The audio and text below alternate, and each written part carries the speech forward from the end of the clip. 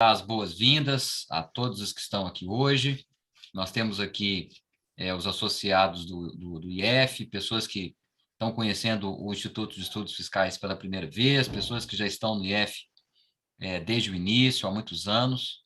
O IF surgiu em 2005 e reúne advogados, consultores tributários, procuradores de fazenda, auditores fiscais, pesquisadores, alunos, juízes federais e juízes de outras paragens. E a gente, então, desde então, estamos fazendo eventos na área tributária, na área financeira, já fizemos eventos internacionais sobre vários temas, e com a pandemia a gente começou a fazer essas mesas pelo modo nas plataformas, né?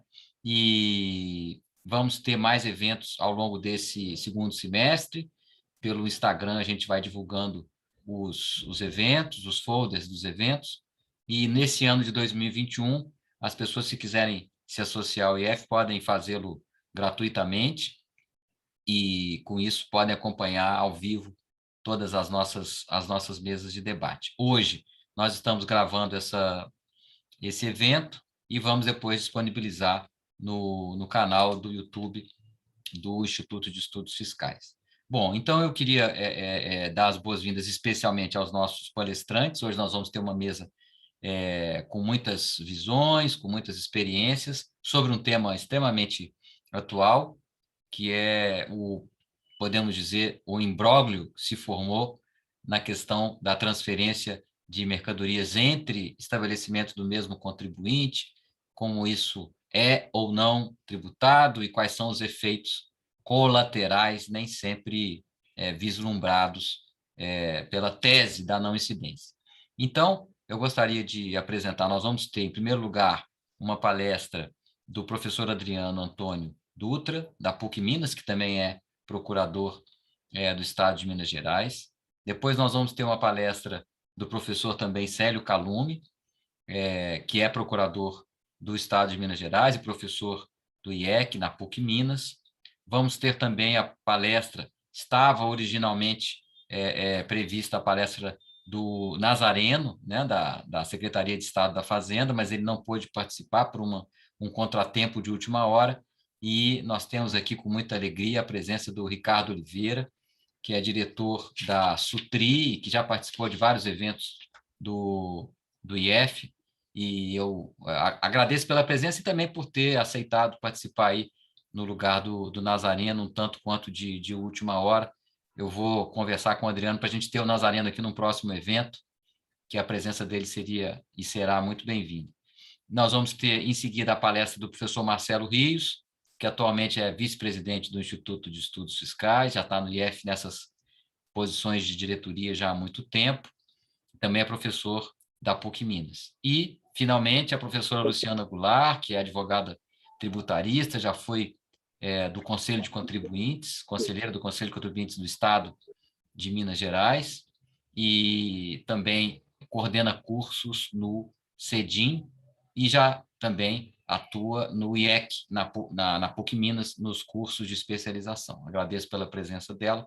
E a nossa dinâmica é uma palestra de cada um, de 10 a 15 minutos, e teremos, ao final, uma fase de debates com as pessoas que estão aqui entre nós, com todos vocês, podendo fazer perguntas, fazer uma interação direta com os nossos palestrantes. Muito bem, então, sem mais delongas e agradecendo pela presença de todos, eu vou passar a palavra com muita alegria ao meu colega da PUC Minas, professor Adriano Dutra.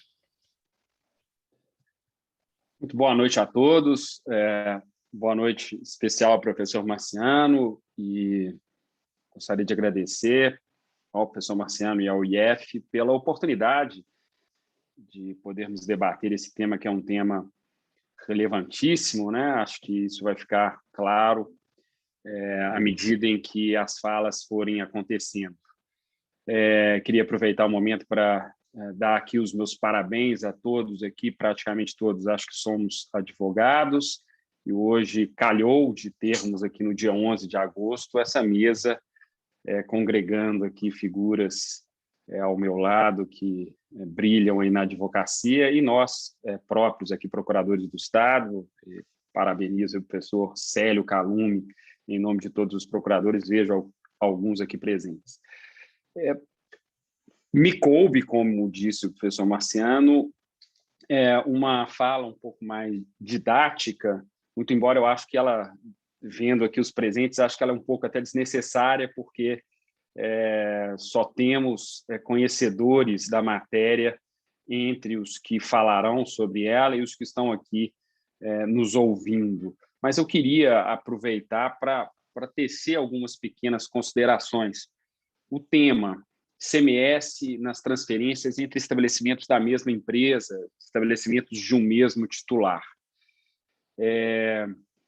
Não é um tema novo, é um tema que já vem sendo tratado na doutrina, na jurisprudência, desde quando os atos legislativos, o Decreto-Lei 406/68, depois sucedido pelo Convênio 66, depois pela própria Lei Complementar 87/96, todos eles determinando a incidência do ICMS na chamada circulação física, aquele deslocamento de mercadorias de um para outro estabelecimento de um mesmo titular.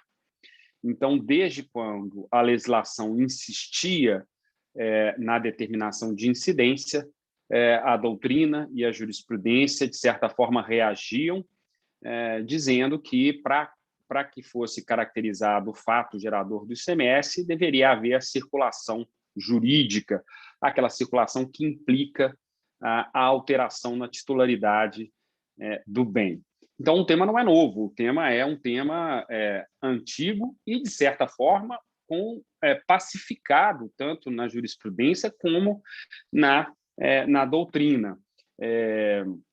Fora raríssimas exceções, a gente sempre teve uma defesa doutrinária e jurisprudencial no sentido de que, para que houvesse a incidência do ICMS, seria necessária a circulação jurídica, aquela que implica alteração na titularidade.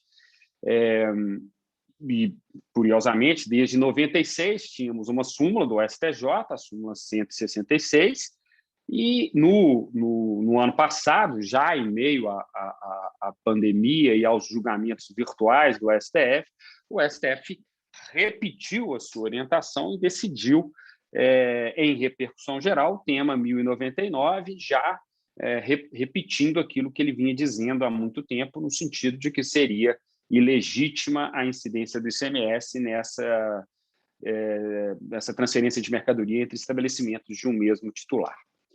Mas o que é que temos de novo, então, e o que justifica estarmos aqui conversando a respeito do assunto? O que temos de novo é o julgamento da ADC 49, agora no primeiro semestre, no mês de abril, uma ADC que havia sido proposta pelo Estado do Rio Grande do Norte, nesse julgamento, o STF, por unanimidade, reproduziu a sua orientação no sentido de não ser possível a incidência do ICMS nesse mero deslocamento, mas, como consequência, declarou inconstitucionais os dispositivos da Lei Complementar 87/96 que determinavam a incidência do imposto nessas hipóteses. Que dispositivos eram esses? O artigo 12, inciso 1, que trata do momento da ocorrência do fato gerador e diz que o fato gerador ocorre na saída do estabelecimento, ainda que para outro de um mesmo contribuinte. O artigo 11, parágrafo 3º, inciso 2, que trata da figura da autonomia do estabelecimento, e a figura da autonomia do estabelecimento é que justificava essa cobrança do ICMS, essa exigência do ICMS nessa operação. E o artigo 13, parágrafo 4º, que tratava da base de cálculo do imposto nessas situações. Então, o que temos de novo é exatamente a ADC 49, que nada mais fez do que reproduzir a orientação jurisprudencial e uma doutrina predominante no sentido de que não deveria haver a incidência. Eu até, pessoalmente, acho que as decisões, tanto as do passado como as atuais, que determinam a não incidência do ICMS, elas estão incorretas, elas não observam a estrutura criada lá atrás pelo Decreto-Lei 406/68, pelo Convênio 66 e também pela Lei Complementar 87 de 96. Eu acho que elas incorrem em atecnia, mas eu não vou entrar nesse assunto agora. Eu acho que a criação da figura da autonomia do estabelecimento tem sua razão de ser na estrutura de tributação, mas eu queria tecer alguns pequenos comentários e, obviamente, farei isso passando a bola para os meus colegas, que tenho certeza que têm muito mais condições de aprofundar esses temas e trazer aqui as contribuições que são mais interessantes. Mas o primeiro comentário que eu gostaria de fazer é o seguinte: nós que trabalhamos com direito tributário estamos acostumados a vermos lides judiciais em que nós enxergamos claramente as posições opostas. Temos, de um lado, os representantes do fisco defendendo determinadas teses e temos, de outro lado, os representantes dos contribuintes defendendo as teses contrapostas. E, invariavelmente, quando há a solução dada, a solução final dada pelo Poder Judiciário, pelo STF, no caso, nós temos sempre um lado, de certa forma, comemorando e o outro lado lamentando. Geralmente temos uma decisão que afirma a incidência do ICMS numa determinada situação ou veda o direito de crédito, e daí eu tenho uma parte festejando, a outra parte lamentando. Essa decisão da ADC 49 ela é extremamente curiosa porque não há quem comemore. Há lamentos de parte a parte. Há representantes do fisco estudando a questão, estudando as implicações dessa decisão em relação a uma série de questões importantes, e há, de outro lado, representantes dos contribuintes também se lamentando e tentando identificar os impactos dessa decisão em termos especialmente de operações interestaduais realizadas aí entre estabelecimentos de um mesmo contribuinte. E isso acontece, basicamente, pelo seguinte: muito embora essa fosse uma questão já pacificada, a não incidência do ICMS nessas operações, eu ouso dizer que a grande maioria dos contribuintes submetiam essas operações à tributação, e submetiam essas operações à tributação sem problema algum, aderindo ao esquema de tributação do ICMS, em alguns casos até se beneficiando da submissão dessas operações à tributação, porque aproveitavam determinados créditos que agora são colocados aí em dúvida. Então, nós tínhamos aí uma adesão, no geral, dos contribuintes a essas regras. Normalmente, as discussões judiciais sobre o tema eram discussões de contribuintes que haviam sido autuados, então eles foram autuados em operações de transferência, por exemplo, por questão de composição de base de cálculo, e aí, ao discutir esse tema no judiciário, invocavam a súmula 166. Olha, isso não era nem para ser tributado, porque é uma operação entre estabelecimentos de um mesmo contribuinte. Ou então algum contribuinte que se antecipava e queria algum benefício dessas diferenças de tributação entre os estados, e para fazer essas movimentações entre estabelecimentos de um mesmo contribuinte situados em estados diferentes e concentrar a tributação num estado ou no outro, se antecipavam e ir ao judiciário buscando a aplicação da súmula 166. Mas, fora isso, nós tínhamos a massa de contribuintes aderindo a essas regras que agora foram julgadas inconstitucionais, e daí nós temos uma série de consequências em relação a isso.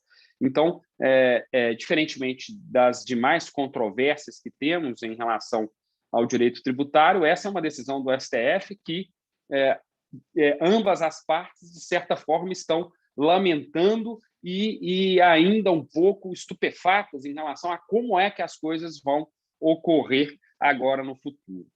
Um segundo ponto que eu gostaria de chamar a atenção, que agora já pensando do lado dos estados, essa discussão é uma discussão que se revela para todos nós como uma discussão sobre incidência ou não do ICMS em relação a operações entre estabelecimentos do mesmo contribuinte.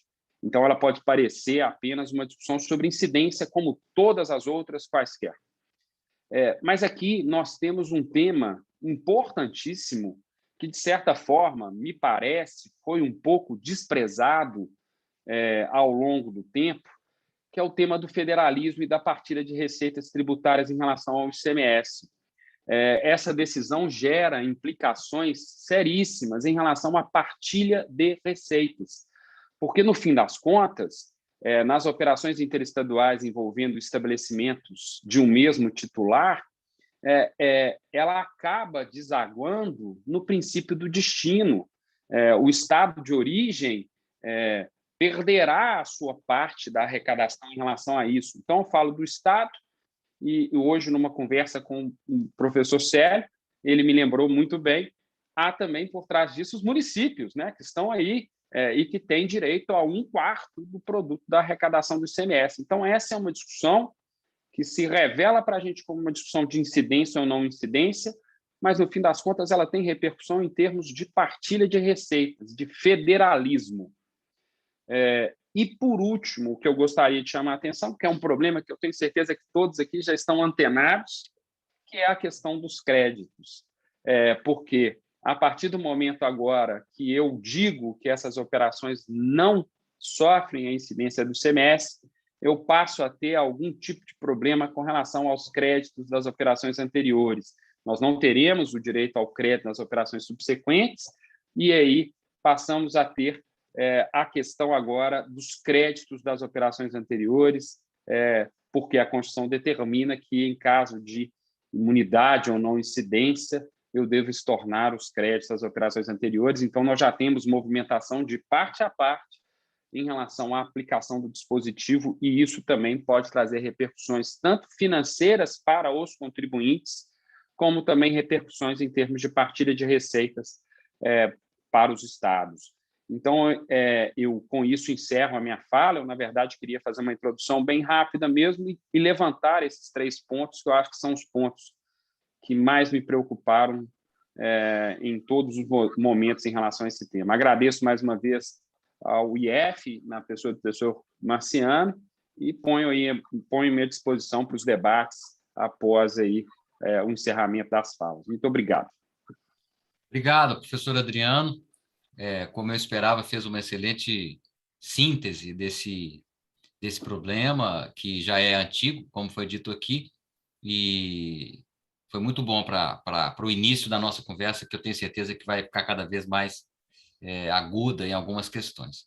Muito obrigado também por ter ajudado a conceber o evento. Nós pensamos nesse evento já no primeiro semestre, eu me lembro que o professor Adriano participou dessa concepção, e também pelos convites que fez.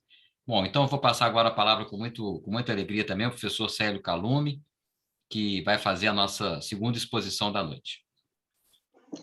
Boa noite a todos. Eu devo registrar aí minha alegria. Estou participando de uma mesa com velhos conhecidos, né? Alguns realmente muito velhos conhecidos, e eu nutro realmente sincera admiração por todos vocês. Eu vou dividir minha manifestação e pretendo cumprir rigorosamente o tempo que foi destinado em 3 tópicos. Eu vou fazer uma breve consideração sobre a decisão do Supremo, porque eu não consigo resistir a uma crítica à decisão do Supremo.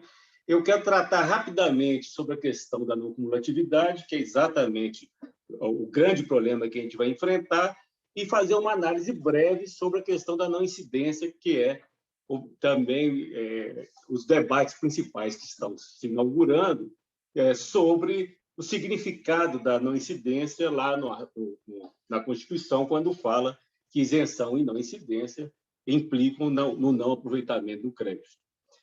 Primeiramente, eu devo dizer que fiquei muito feliz com a decisão da DC 49. Ou melhor, com a iniciativa do ajuizamento da DC 49.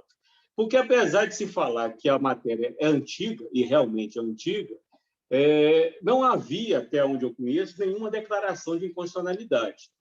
E nós, por exemplo, no caso do Estado de Minas Gerais, várias vezes pedimos ao STJ, que deveria ser o guardião da Lei Complementar 87, no momento em que ele não a cumpre, que ele declarasse, então, a inconstitucionalidade. E fazíamos isso pela via dos declaratórios e nunca obtivemos essa declaração. Então, nós estávamos num mundo realmente de insegurança, e o Estado numa insegurança maior por causa da vinculação que ele, Estado, tem com a norma. Quer dizer, diferentemente do contribuinte, que ele pode, de certa maneira, enfrentar judicialmente e tomar essa iniciativa, os Estados eles são um tanto quanto mais tímidos em relação a isso e ficam dentro da ideia, e uma ideia correta, né, e principalmente a fiscalização, da necessidade de observar o direito posto com aquela presunção de constitucionalidade. Então, essa é a primeira questão que eu gostaria de dizer, que os Estados sabiam da posição dos tribunais, mas nada podiam fazer por falta de manifestação expressa de inconstitucionalidade desse dispositivo. A segunda questão da incidência, eu fico assim realmente atordoado com essa decisão do Supremo, principalmente porque na ADC foram colocadas várias questões que não foram simplesmente objeto de apreciação. Eu me lembro do trabalho do professor Marciano sobre as multas, né? Dos precedentes das multas, e inclusive utilizo muito esse trabalho, né? Eu acho que aconteceu com esse assunto exatamente isso. Vem sendo dito que há precedentes, que há precedentes, que há precedentes, e se perdeu completamente a noção de qual é o precedente e o que foi nele debatido nesse precedente. E me lembro, por exemplo, no livro do Eliomar Baleeiro, autorizado pela professora Isabel, que ela dá um exemplo de uma representação da Paraíba, muito antiga, e parece que talvez tenha sido o primeiro caso assim, de maior representatividade, em que se declarou realmente a inconstitucionalidade, mas eram aquelas operações dentro de um mesmo ambiente, né, físico, de produção de cana e posterior industrialização do açúcar. Era isso que se tratava naquela ocasião. E fico realmente admirado do Supremo não debater a autonomia ou a competência da lei complementar para definir o que é operação e o que é circulação. Parte-se de um pressuposto que esses dois conceitos, operação e circulação, estão na própria Constituição definidos, e não existe essa definição na Constituição.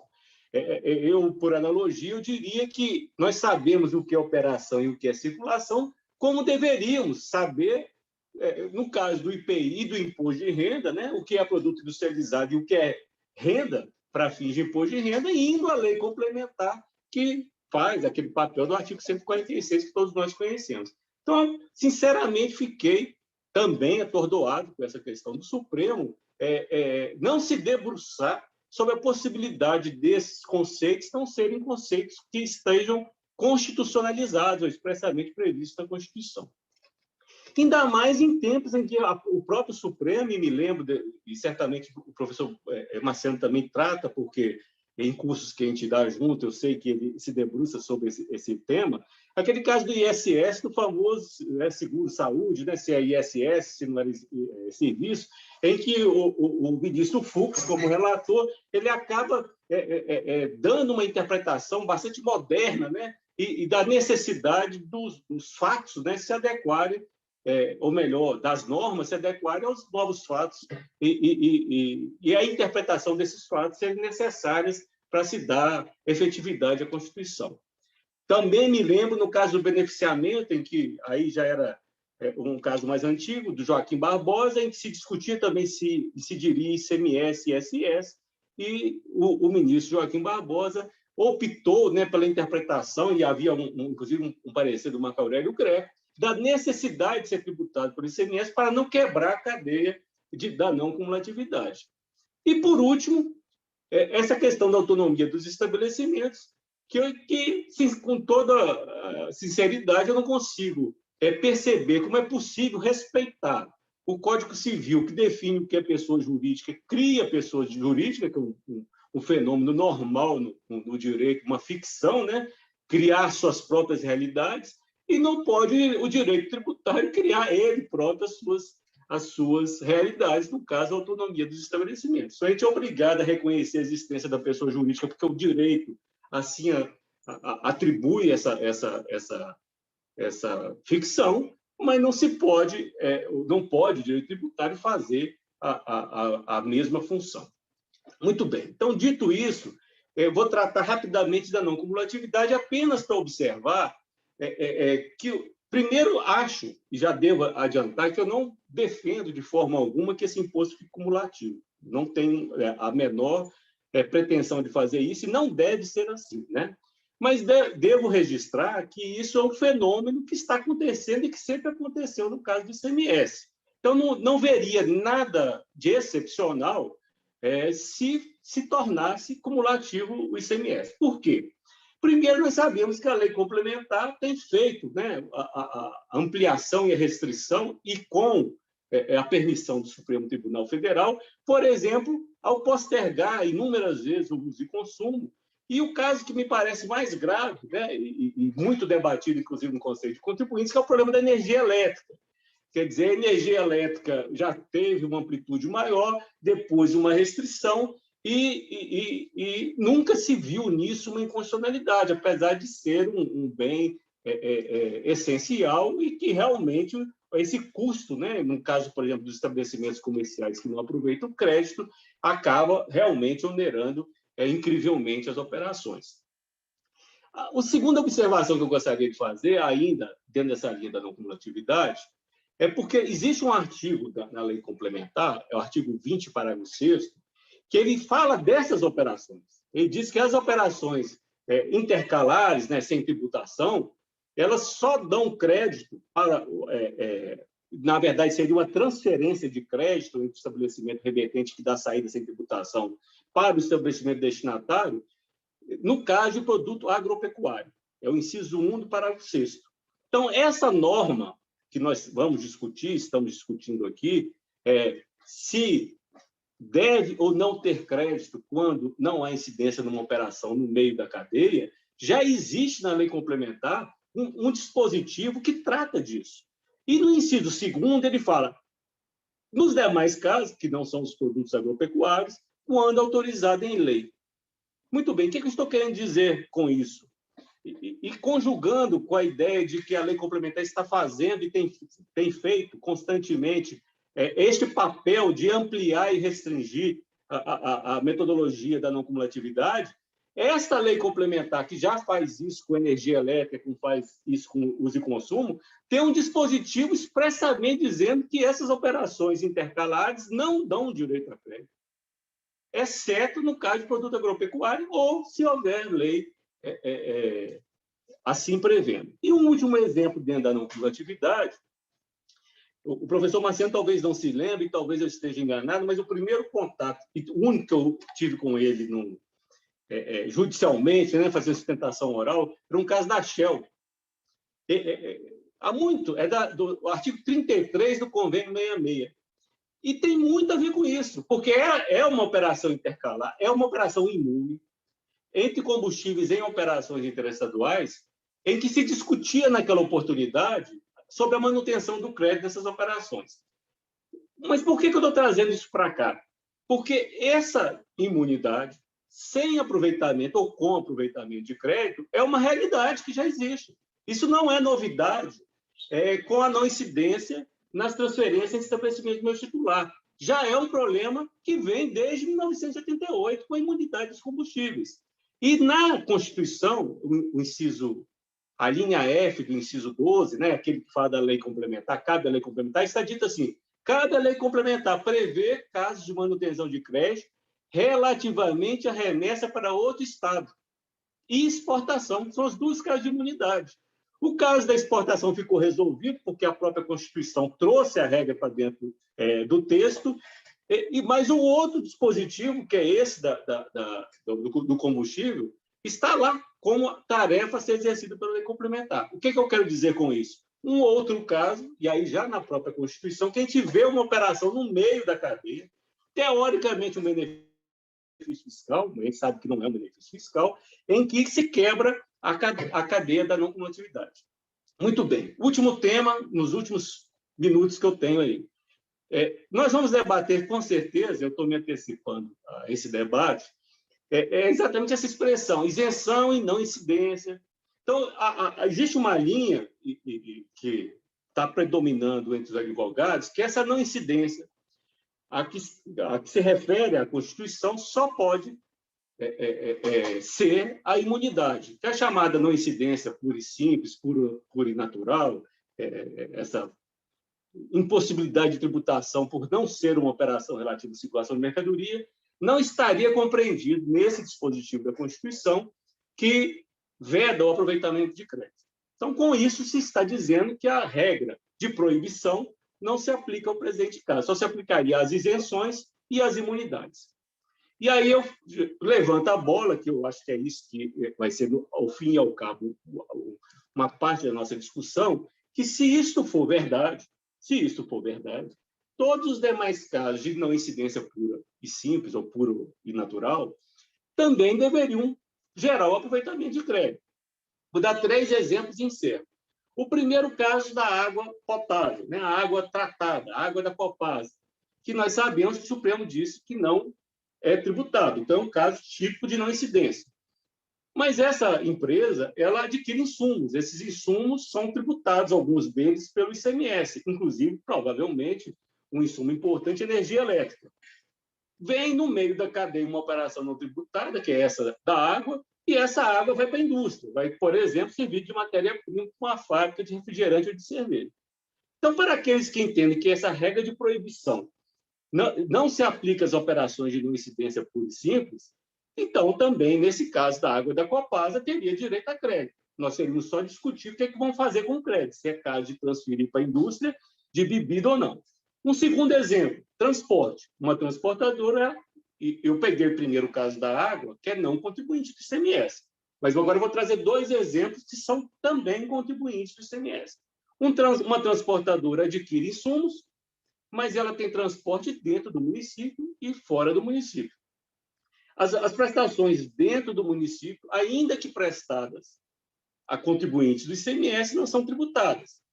Mas, como há insumos tributados nas aquisições dela, vem uma prestação no meio da cadeia e interrompe a não cumulatividade. Então, se esse tipo de prestação, que é uma não incidência pura e simples, não é uma isenção e não é uma imunidade, dá direito a crédito, é o caso, então, das transportadoras, quando presta serviço dentro da municipalidade, poderem aproveitar os créditos ou, se for essa a conclusão que o Supremo chegar, se vier a chegar, transferir para os destinatários. Última hipótese, só para encerrar. E aí eu vou fazer uma analogia que vai ficar mais fácil ainda de a gente visualizar, inclusive, o problema de isonomia. Se uma determinada empresa adquire bens para a construção de um determinado galpão, em nome próprio, há um debate importante se esse ativo imobilizado geraria crédito. Há decisões do STJ contrárias e decisões favoráveis. Mas, de qualquer maneira, nós vamos pensar, então, na possibilidade de qualquer ativo, que é o que diz a lei complementar, permitir o aproveitamento de crédito e uma empresa adquire, então, bens para a construção de uma edificação. Uma outra situação, uma empresa construtora que pode ser também contribuinte do ICMS, ela é contribuinte do ISS, mas também pode ser do ICMS, ela compra materiais em nome próprio e presta o serviço sujeito à incidência do ISS. Qual é esse serviço que ela está prestando? Exatamente a construção do galpão, do ativo imobilizado, da indústria que é contribuinte do ICMS.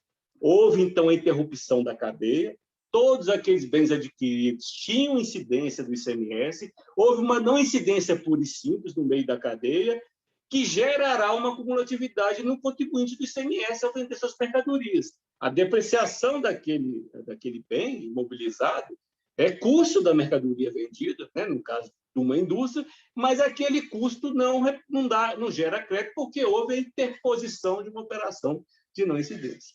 Então, eu trouxe esses exemplos porque eu tenho visto o debate que o caso que a Constituição trataria seria só aquele de isenção e de imunidade, e me parece que, se formos, então, caminhar para o caso da não incidência, temos que pensar em todos os exemplos como esses que eu acabei de expor. E, por enquanto, eu fico e espero ter cumprido aí, rigorosamente o tempo. Cumpriu sim, professor Célio, muito obrigado. Me lembro, sim, desse caso aí que você comentou. Muito bem, a coisa está esquentando realmente, já estamos entrando em aspectos bem agudos aí desse problema. e realmente muita coisa vem à mente, né, quando vocês vão colocando os exemplos, vamos concatenando aqui. Muito bem. Então, para subir um pouco mais ainda o tom, vamos agora ter a palestra do professor Ricardo Oliveira, que já participou de eventos aqui do IF e que há muito tempo está na diretoria da SUTRI, na Secretaria de Estado da Fazenda. Com certeza vai ter algumas questões aí importantes para trazer desse ponto específico. Professor Ricardo Oliveira, obrigado, o senhor tem a palavra.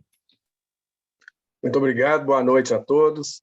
É com muita honra que recebi o convite e é lógico que o professor Manuel Procópio Nazareno também estaria bem representando a Secretaria de Fazenda. Infelizmente, ele não pôde comparecer, mas com muita honra eu assumo o encargo e, na verdade, até estou mais diretamente envolvido com o tema do que propriamente o professor Manuel, porque ele está também como eu, mas ele está mais envolvido ainda com as tratativas da reforma tributária.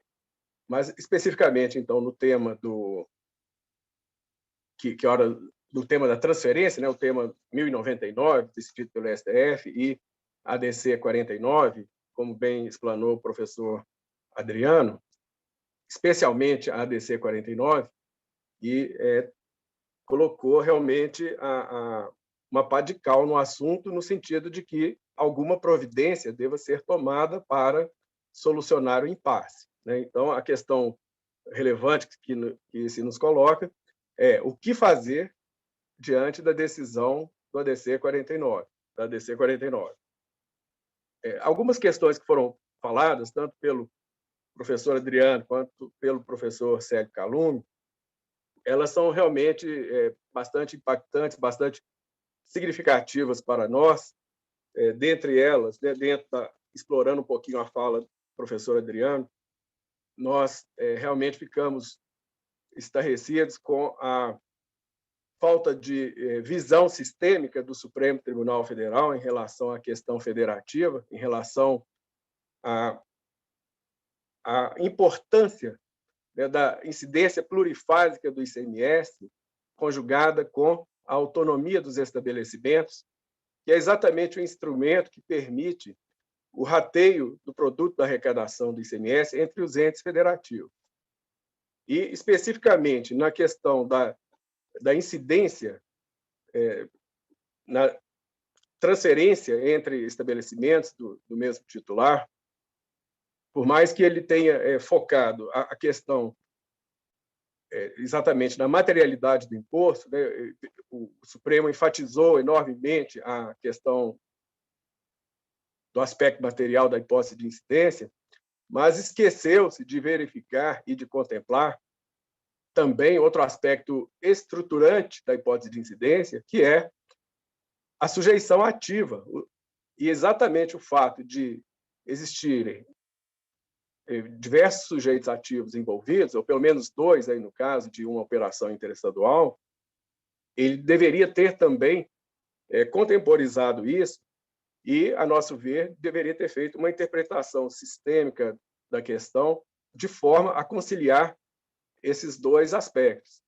E isso também se revela importante na medida em que, ao fazermos o teste de neutralidade do imposto, nós verificamos que, ao aplicarmos o que decidido no ADC 49 ou tema 1099 do STF, com essa ruptura da não cumulatividade do imposto no meio da cadeia, como exemplificou o professor Célio em vários exemplos, essa ruptura torna o imposto regressivo e cumulativo.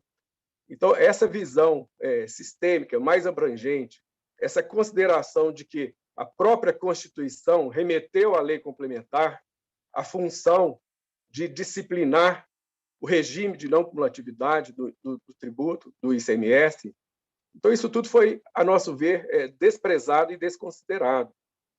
No campo, aí também pegando emprestado o argumento trazido pelo professor Célio, inclusive, ele cita essa indicação no seu livro, o ICMS didático, a questão da ficção jurídica em relação à personalidade jurídica do Código Civil, mas também a ficção que envolve a autonomia dos estabelecimentos, sustentada pelo professor Paulo de Barros Carvalho na sua tese de livre docência pela USP, e da qual ele reconhece exatamente que a função dessa ficção jurídica da autonomia dos estabelecimentos tinha por finalidade exatamente preservar e manter a neutralidade do imposto, preservar, fazer cumprir a não cumulatividade por meio de assegurar a neutralidade do imposto, ou seja, de modo a que o imposto não viesse a caracterizar regressividade ou cumulatividade. Enfim, apesar de todas essas argumentações que foram levadas ao seu conhecimento, ele apenas focou no aspecto material da hipótese de incidência e reforçou aí o que já vinha sendo afirmado na súmula 166 pelo STJ a respeito da necessidade de mudança de titularidade jurídica e da caracterização do ato de mercancia. Pois bem, diante da situação atual, o que eu acho que poderia ser a importante contribuição que eu poderia trazer, pelo menos para essa fase inicial dos debates, é exatamente quais são as medidas que os estados estão propondo adotar para solucionar este impasse. Então, numa medida que seria, assim, de modo mais abrangente, mais eficaz, seria uma proposta de emenda constitucional. Ela, obviamente, decorre de fatores políticos, de um calendário político favorável à aprovação de uma PEC com esse conteúdo. O CONCEFAS, que é o Comitê dos Secretários de Fazenda Estaduais, aprovou já uma redação, uma minuta de texto de PEC, que, oportunamente, e isso deverá ser feito rapidamente, deverá ser encaminhada a algum parlamentar para que a apresente de acordo com o processo legislativo. E, nessa proposta, o que nós estamos exatamente sugerindo, que, caso acolhido pelo Congresso, é exatamente que a própria Constituição diga com letras mais garrafais ainda do que aquelas que, a nosso ver, já estão escritas, mas que ela diga de forma pedagógica que ocorre a incidência do imposto do ICMS nas transferências de bens e mercadorias entre estabelecimentos do mesmo titular, ainda que não ocorra transferência de titularidade jurídica, nem ato de mercancia em relação a esses bens e mercadorias, com o objetivo de preservar a neutralidade do imposto e a repartição do produto de sua arrecadação entre os entes federativos. Então, aquilo que, a nosso ver, o Supremo não teve a capacidade de enxergar, por uma visão sistêmica da tributação do ICMS, que, nesta emenda constitucional, se diga com todas as letras e de uma forma bastante didática e pedagógica.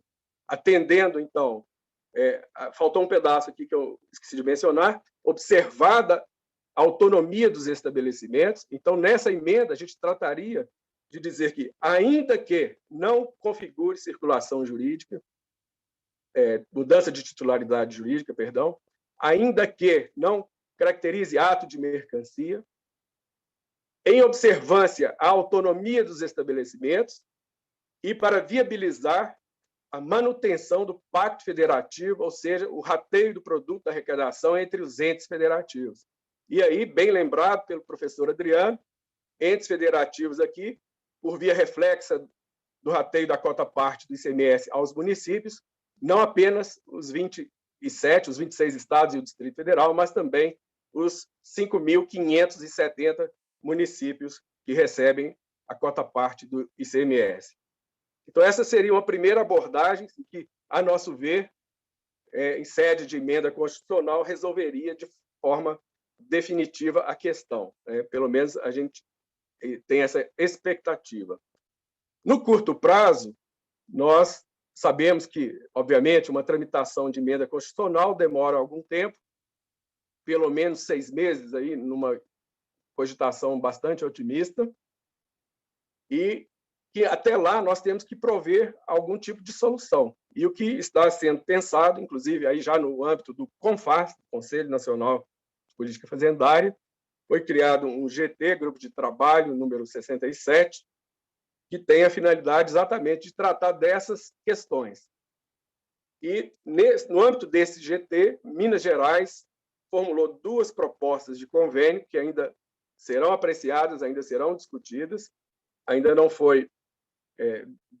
houve deliberação ainda a respeito dessas 2 propostas, e que, basicamente, essas propostas têm o seguinte desenho. A primeira seria por meio de um benefício fiscal lastreado na Lei Complementar 24 de 75, prevê a concessão de um crédito presumido ao estabelecimento situado na UF de destino dessa operação interestadual de transferência de bem ou mercadoria. Crédito esse equivalente à aplicação das alíquotas interestaduais aprovadas por meio de resolução do Senado Federal sobre o valor dessas transferências. Haveria, obviamente, alguma disciplina sobre o valor sobre o qual deveriam ser aplicadas essas alíquotas, ou essa taxa, esse percentual, enfim, que faria viabilizar a transferência desse crédito da origem para o destino, sob a forma de um benefício, crédito outorgado ou crédito presumido. Na verdade, seria outorgado, porque ele não teria necessariamente aquela vinculação ao valor originário, né? Ela teria a aplicação praticamente da regra que hoje a gente tem, como se tributadas fossem essas operações. O outro modelo, o outro desenho que foi feito é um que,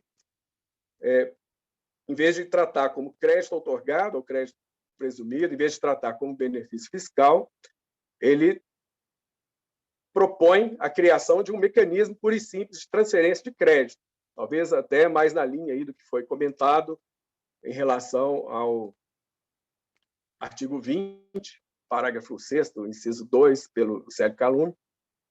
Então, seria um convênio que viabilizaria a transferência do crédito da origem para o destino. E ele teria 2 possibilidades. Uma é que seria no modelo, digamos, um modelo padrão, um modelo default. Esse modelo default dependeria de prévia auditoria desse crédito, tanto na origem quanto no destino, porque, obviamente, se esse valor de crédito tributário, de crédito de imposto, né, melhor dizendo, não o crédito tributário propriamente formalizado, o crédito do imposto, que seria carreado, seria trasladado, por assim dizer, ao estabelecimento de destino, ele teria uma verificação prévia, a necessidade de uma auditoria, de uma verificação prévia, para que, obviamente, a UF de destino assim o reconhecesse. E haveria, então, nesse mesmo modelo de convênio, uma situação em que essa trasladação do crédito se faria por um mecanismo simplificado. Esse mecanismo simplificado dependeria de algumas condicionantes de adesão do contribuinte e, nessa medida em que simplificado, não dependeria de prévia auditoria desses créditos. Então, assim, em linhas gerais, seriam esses aí os modelos ou as iniciativas que os estados estariam trabalhando. Em relação aos convênios, eu devo adiantar que não há ainda consenso sobre isso, né? Realmente nós chegamos a esse modelo, vamos propor na próxima reunião desse grupo de trabalho. Já conversamos com algumas unidades federadas e, realmente, algumas unidades federadas estão com um pensamento, a nosso ver, um tanto quanto equivocado, no sentido de enxergar nessa decisão do Supremo uma nova hipótese de não incidência, de introdução, vamos dizer assim, a precária ou introdução a contrário senso de um princípio de destino por força de decisão judicial, em que as UFs de destino, predominantemente consumidoras, teriam algum ganho com essa tributação. Mas isso não nos parece verdadeiro, né? Não nos parece que seja razoável que as UFs destinatárias possam vir a aproveitar dessa mecânica, né? Desse não suportamento, ou não suporte, não assunção de crédito da operação interestadual antecedente, e em que o débito integralmente ficaria à sua disposição para ser tributado com ou sem benefício fiscal, dando ensejo aí a uma nova frente de guerra fiscal. Mas isso é exatamente a questão federativa entre os estados que a gente tem que harmonizar e pacificar, e que, nesse interregno, enquanto a desejada PEC não é aprovada, nós vamos ter que disciplinar por meio de convênio. Eu acho que meu tempo já está no limite. Essas são as considerações que eu gostaria de iniciar, e, na ocasião dos debates, aí, se for o caso, a gente aprofundar essas ideias que nós estamos arquitetando. Obrigado. Obrigado, professor Ricardo Oliveira. Foi muito interessante a palestra, especialmente nessas medidas, né, que estão em análise no CONFAS, né, essas três possibilidades aí que foram mencionadas, duas que o Estado de Minas propôs e essa terceira que já se percebe que outros estados estão aí rondando essa possibilidade, né? Muito bem. Então, vários elementos, as variáveis já estão colocadas aqui. Agora nós vamos ouvir duas pessoas que têm muita experiência, não só no estudo acadêmico do imposto, como também na prática diária, tanto do contencioso empresarial, defendendo os interesses das empresas, como também da consultoria. Eu vou passar a palavra, então, primeiro ao professor Marcelo Rios, em seguida a professora Luciana Goulart. Professor Marcelo, prazer tê-lo aqui. O senhor tem a palavra. Boa noite a todos. Professor Marciano, o prazer é meu. Embora na condição de vice-presidente eu agradeço o convite, porque, embora na condição de vice-presidente o convite partiu do meu amigo Adriano, então agradeço a lembrança do meu nome. Boa noite a todos, Calume, Ricardo, Luciana, e a todos que nos estão ouvindo. Esse tema me acompanha desde o início da advocacia. Desde que comecei ali fazendo estágio com meu pai, eu já ouvia falar da súmula 66, da transferência, da ausência de titularidade, e isso veio me acompanhando lá, se vão aí seus 20 anos de advocacia, e até hoje a gente está discutindo esse assunto. E dando uma lida em tudo, não tive como não relembrar, lendo ali as petições antigas do meu pai.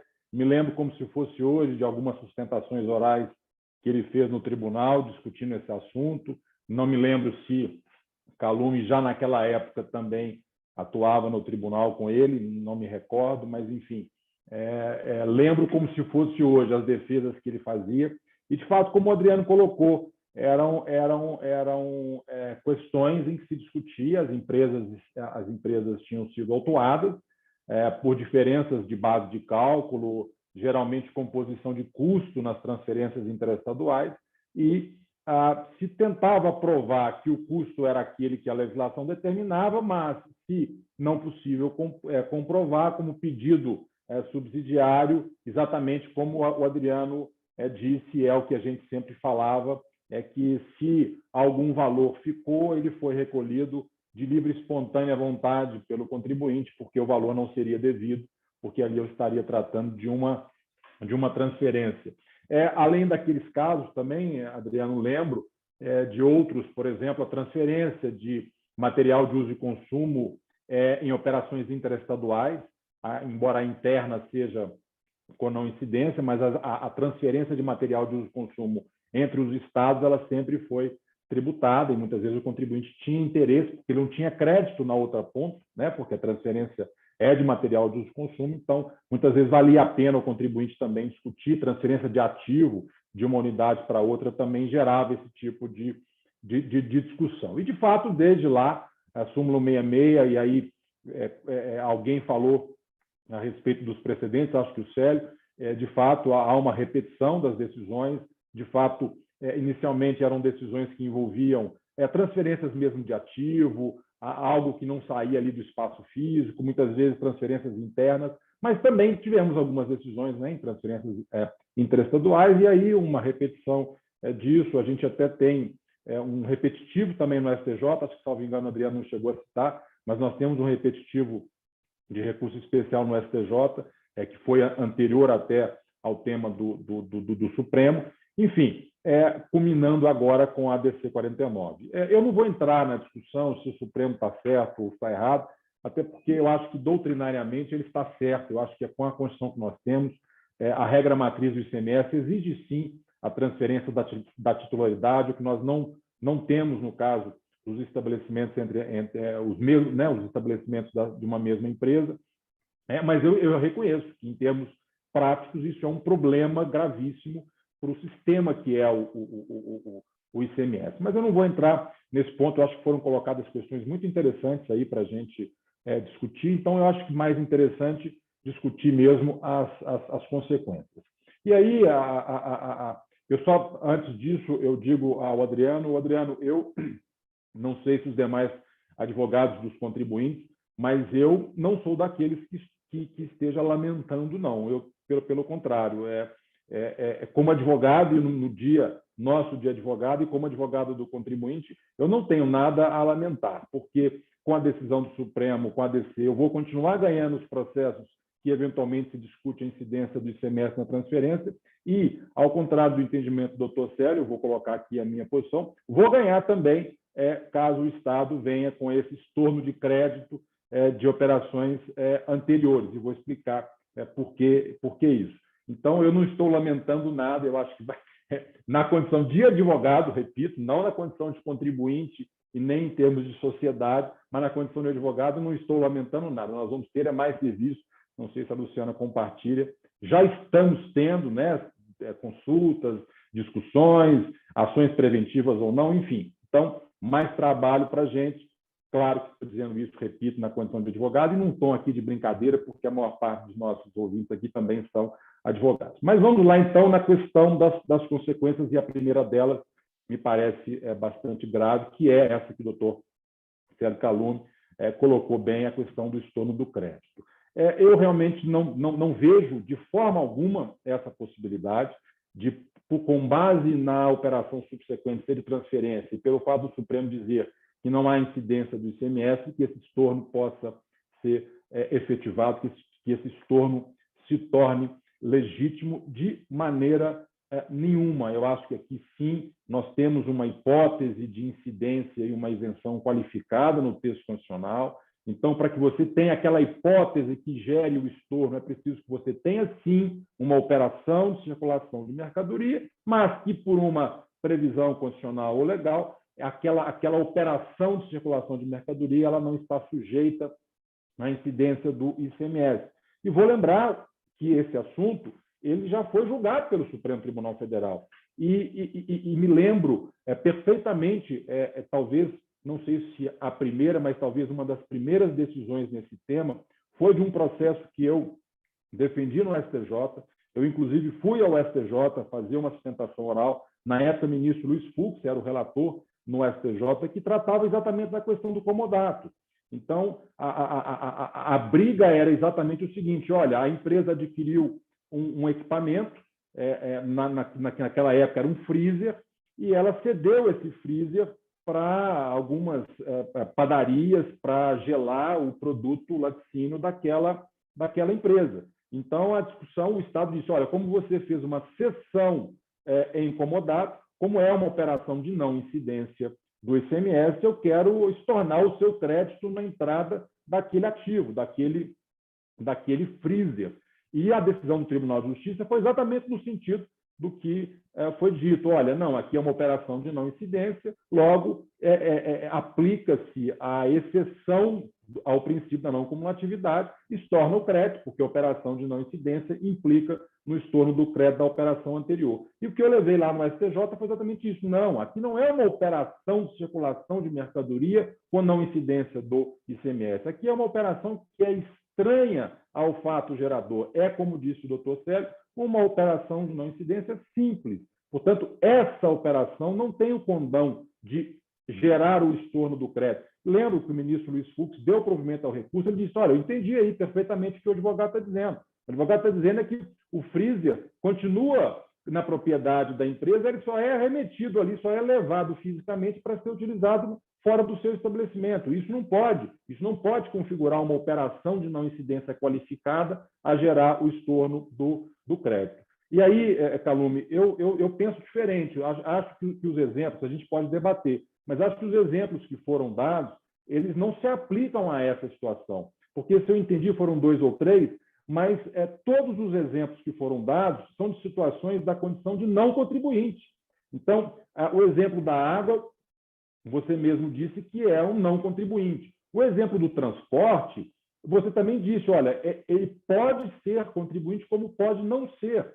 Então, quando a transportadora ela presta um serviço dentro do município, ela não é contribuinte do ICMS. E aí é evidente que ela não vai poder ter direito ao crédito. Uma construtora que eventualmente compre um material para aplicar na obra, ela não é contribuinte do ICMS, então ela não vai ter crédito daquele material. Mas veja, o que nós estamos falando aqui é do contribuinte do ICMS que pratica uma operação de transferência que o Supremo diz que não é fato gerador, não é hipótese de incidência do ICMS. Então, me parece que os exemplos que foram dados, eles são diferentes. Uma coisa é eu, contribuinte do ICMS, praticar uma operação de não incidência simples. Outra coisa é eu, não contribuinte do ICMS, praticar prestar um serviço, no caso de competência do município. Então, me parece que os exemplos aí são diferentes. E, voltando na questão do comodato, como eu tinha dito, isso já foi julgado. Então, eu citei o exemplo ali de uma primeira decisão do STJ, mas esse assunto foi agora julgado recente no Supremo Tribunal Federal. Então, nós temos o tema 1052, que garantiu o direito de crédito nas operações de cessão de comodato. Esse tema 1052 ele vai tratar exatamente dessa questão. Os ministros vão dizer o seguinte, olha, nessa hipótese aqui de cessão de comodato é uma não incidência simples, portanto, ela não impede o aproveitamento do crédito das operações anteriores. Então, eu realmente entendo que os estados, sob esse argumento de que a operação de transferência não sofre incidência do ICMS, eu entendo que não admite o estorno do crédito das operações anteriores. O problema maior que eu vejo, aí sim, esse é um problema gravíssimo, e achei muito interessante as colocações do Ricardo, porque é o crédito no destino. Esse realmente é um problema, porque o crédito no destino ele depende de uma incidência na operação anterior. Então, se você não tem uma incidência na operação de transferência, como é que o destinatário, o seu estabelecimento destinatário, vai apropriar o crédito? E aí é um problema, porque imagine o que é mais comum hoje. Você tem uma indústria em Minas, você tem estabelecimentos comerciais, varejistas ou atacadistas no Brasil inteiro.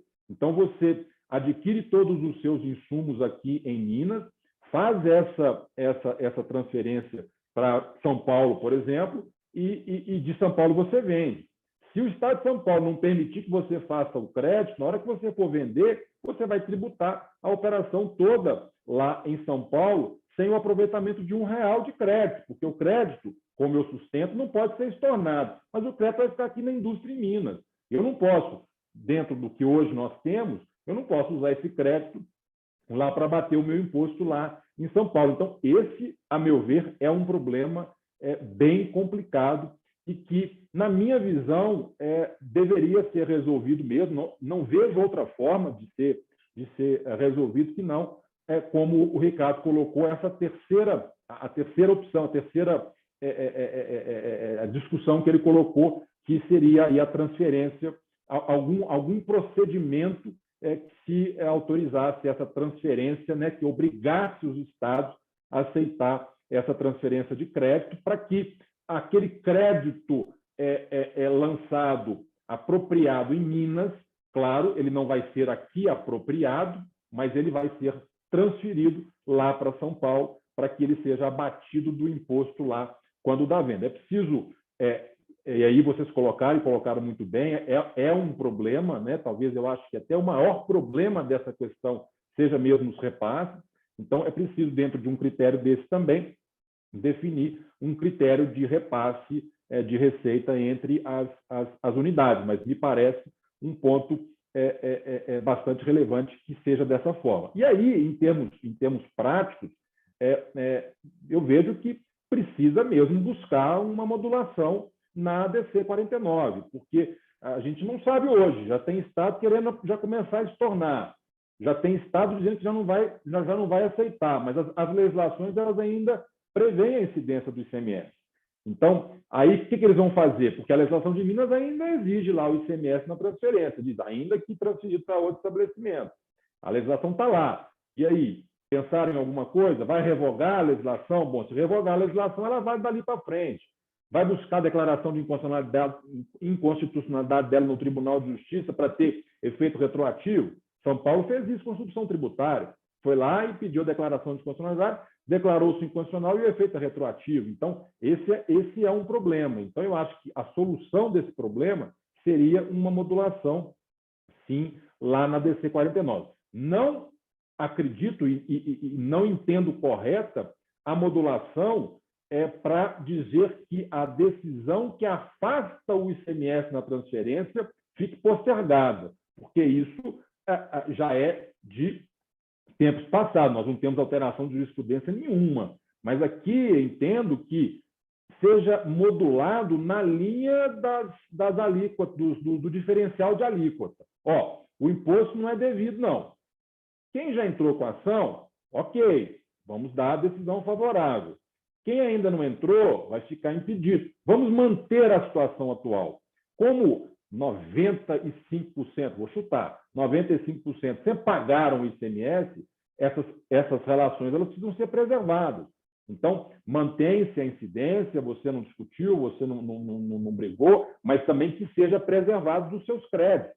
Você tributou a transferência, então você vai ter normalmente mantido o seu crédito por entrada e vai ter a legitimidade do seu crédito lá no Estado. O Estado não pode fazer isso, até que se estabeleça o critério aí, um desses três que o Ricardo colocou. O primeiro é difícil a gente admitir, né? Mas é possível, em termos práticos, mas é aquela história, né? O Supremo diz que é inconstitucional, altera a Constituição para tornar constitucional. Nós temos alguns exemplos desses, né? Na Constituição Federal, taxa de iluminação pública, que virou contribuição para se tornar constitucional. Eu não vou nem discutir as formas, mas eu acho que para dar esse tempo aos estados de criarem um instrumento para que a coisa possa continuar funcionando dali para frente. Mas, repito, não acho que seja o caso de modular para dizer, olha, a não incidência do ICMS na transferência só vai poder produzir efeitos lá para frente. Não, é o que, olha, vamos resolver aqui e vamos preservar as situações que já foram praticadas. Portanto, Marciano, acho que o que eu queria realmente colocar e levantar esses pontos para que a gente possa discutir, e aí fico à disposição também para os debates. Muito obrigado. Obrigado, professor Marcelo Rios. Realmente, também lembrei muito aqui do seu pai. Foi muito boa essa sua lembrança. Me lembro também que, quando eu fiz o meu concurso para entrar na PUC Minas, foi o seu pai que me arguiu. Eu tive que dar uma aula para ele e ele a avaliou. Foi boa a sua lembrança aí. Realmente, também me lembro de, no início da minha advocacia, sempre falar na súmula 166, era um tema muito recorrente. Muito bem, então agora nós vamos ter a palestra da professora Luciana Goulart, que vai tratar, e com certeza vai encontrar ainda mais dos que já foram tratados, ainda mais aspectos interessantes aí desse tema. Professora Luciana, muito obrigado, a senhora tem a palavra. Boa tarde a todas e todos. Obrigado, professor Marciano, pelo convite. Já falei aqui mais cedo que é uma alegria poder rever os amigos que eu não via há muito tempo e retomar esse debate salutar, né, dos tempos de conselho, né, Célio, mas sempre muito positivos, né? Falar por último, como sempre, a gente acaba que muita coisa já foi discutida por vocês. Alguns pontos que eu queria trazer aqui, primeiramente, o Supremo, na minha visão, não sabe o que ele decidiu, né?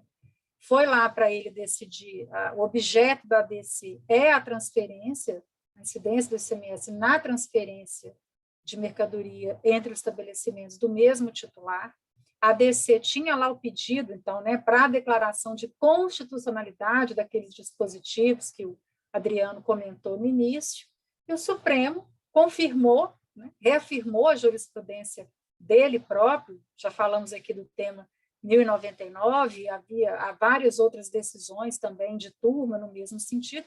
Então, ele reafirmou a jurisprudência, agora em controle concentrado, né, isso é importante, e justamente por negar provimento à ADC, ele declarou a inconstitucionalidade desses dispositivos. Então, não me parece que tenha sido a intenção do STF declarar a inconstitucionalidade da autonomia dos estabelecimentos ou entrar nessa questão do crédito. Ele não sabe o impacto que isso teria. Isso não foi avaliado, até porque não era o objeto da ADC. Então, os embargos de declaração do Estado do Rio Grande do Norte, sem dúvida, têm um papel importantíssimo nesse caso. E esperamos que o Supremo, dessa vez, no julgamento dos embargos, né, não faça como em outras ocasiões e realmente enfrente essa questão. Então, ele está afastando a autonomia dos estabelecimentos apenas para o fim de transferência de mercadorias entre estabelecimentos do mesmo titular, é apenas este o alcance, ele não buscou acabar com esse sistema como um todo. No final, na parte dispositiva, como ele declara a inconstitucionalidade, acabou afetando, mas isso precisa ser delimitado agora, né? Não me parece que seja a intenção do Supremo. Se a gente olhar o conjunto de decisões do STF sobre isso, sobre essa matéria, em momento algum o STF considerou tornar inválido ou considerar que não seria legítima essa autonomia, e muito menos a questão do mecanismo de distribuição, de transferência do ICMS entre os estados. Aliás, é o contrário. A jurisprudência do STF sempre foi no sentido de reafirmar essa necessidade de divisão do ICMS. Então, esses embargos têm um papel relevantíssimo. Tomara que, nesse caso, realmente a questão fique esclarecida. Há várias outras, né, durante a fala do Célio, até me lembrei, no caso que o STF julgou, do ministro Fachin, também o caso da demanda, né, que surgiu muita dúvida, o Estado de Santa Catarina embargou, o Supremo foi julgar, e depois da decisão dos embargos, eu vi gente, a mesma coisa, contribuinte comemorando e fazenda comemorando. Né? Não tinha ficado claro qual que é o alcance. O STF, afinal, ele manteve, ele privilegiou, preservou a jurisprudência do STJ, ou ele está excluindo a demanda toda da tributação? Uma confusão. Então, e no julgamento dos embargos não tem nada que esclarecer, está muito claro, não estava nada claro, né? E continua assim. Então, tomara que agora, nessa fase, há vários amici curiae admitidos depois desse julgamento, há o ofício do Concefaz também lá, há um movimento dos contribuintes para buscar que o STF tente consertar um pouco dessa bagunça que ele fez com essa decisão. E aí, quanto à questão do crédito, da necessidade de estorno ou não do crédito, eu concordo inteiramente com o Marcelo. Acho que não é o caso de aplicação do estorno do crédito nessa hipótese. Não é uma operação de circulação de mercadoria, nós estamos falando de uma etapa do próprio contribuinte, não há mudança de titularidade, né? Então, esse é um ponto que, se não houver uma solução, seja de alteração legislativa, porque possivelmente na decisão do Supremo também ele não deve resolver esse problema, isso vai virar um novo litígio, vai trazer a alegria dos advogados, né, Marcelo? Que vai ser o outro capítulo, teve o da súmula 66, aí virá esse outro capítulo. Então, é do interesse, né, é do nosso interesse que haja uma alteração da legislação, o que quer que seja, para a gente deixar isso mais claro, para os contribuintes terem segurança jurídica para nortear as operações dele, né? Um outro ponto interessante que eu queria trazer aqui para vocês é quanto à questão da alteração da Lei Complementar 87. Até ia perguntar ao Ricardo se isso está sendo considerado pelos estados, né? Tem um projeto de lei em tramitação no Senado, é o PLS 332, de 2018, e já há uma alteração nele exatamente para incluir lá uma possibilidade do contribuinte, por opção dele, tributar a operação para fins de manutenção do crédito, né? Eu já vi também, acho que a professora Tatiane Piscitelli, por exemplo, no artigo dela, ela até defende que até a decisão do Supremo agora nos embargos poderia trazer algo nesse sentido. Não incidência, né? A regra é de não incidência, mas o contribuinte, para fins de manutenção do crédito, poderia optar por tributar a operação. Isso está lá em tramitação. Queria ver o que o Ricardo, nem está na hora de fazer pergunta, não, mas eu já estou fazendo, porque eu fiquei bem interessada nessas iniciativas do Estado de Minas Gerais, sem dúvida são muito importantes, porque nós não sabemos também quando que o Supremo vai julgar esses embargos, né? Não sabemos até que ponto haverá alguma solução para esse problema todo, e nem quando virá. Se a gente considerar o do PIS/COFINS sobre CMS, né, o tempo que foi, então, até lá, como que os contribuintes vão fazer? Até agora, né, as legislações estaduais estão mantidas e os contribuintes estão mantendo as operações como era antes da decisão da ADC, né? Então, até quando vai ficar nessa situação? Essa é outra fonte muito grande de insegurança jurídica.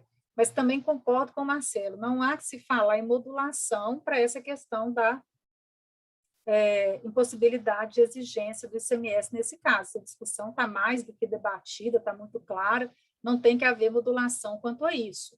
Então, acho que a própria definição da modulação vai passar por essa análise prévia do STF sobre o conteúdo da decisão dele. Qual que é a extensão do conteúdo da decisão dele? Né? Dependendo dessa resposta, sem dúvida haverá necessidade de modulação. Agora, se ele entender que não, a decisão dele foi específica apenas para essa questão da transferência, então a modulação deixa até de fazer sentido, né? Então, eu trouxe são algumas questões a mais. Eu também queria trazer aqui, por fim, a questão dos benefícios fiscais de créditos presumidos também, que é outro ponto que também tem preocupado os contribuintes, que tem como pressuposto a incidência do imposto, né? Então, não sei, Ricardo, se na Sutri, no Estado, vocês também estão avaliando um tratamento para isso, ou se, porque hoje os benefícios estão mantidos, os contribuintes estão aproveitando normalmente, né? Está todo mundo assim, suspenso, esperando para ver o que vai acontecer. Seria muito bom também que viesse algo do CONFAS ou alguma coisa para dar essa tranquilidade, né? Então, eram essas as minhas breves considerações e estou à disposição para os debates. Já estou ansiosa para ver os debates, na verdade. Muito obrigado, professora Luciana Goulart, com essas considerações finais e essa visão própria do que o Supremo Tribunal Federal fez. Bom, a minha ideia, então, é abrir agora, nessa fase final, para as pessoas que estão aqui poderem participar, fazerem perguntas. Então, nós temos aqui mais ou menos 20 participantes, além dos que já expuseram. E eu vou lançar uma questão, não é necessariamente uma pergunta, mas para encorajar, inclusive, as pessoas que vão falar logo em seguida. Eu confesso que há muito tempo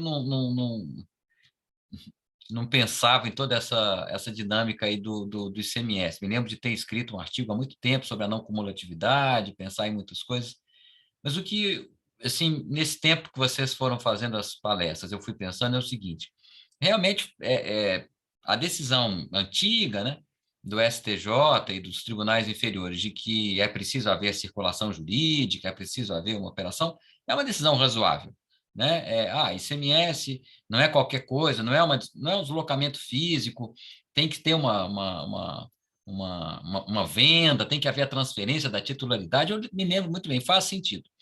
O que eu acho que não se pensou naquele momento é que, mesmo que faça sentido, o Marcelo falou, olha, eu acho que a Constituição, do jeito que está, não admite outra coisa.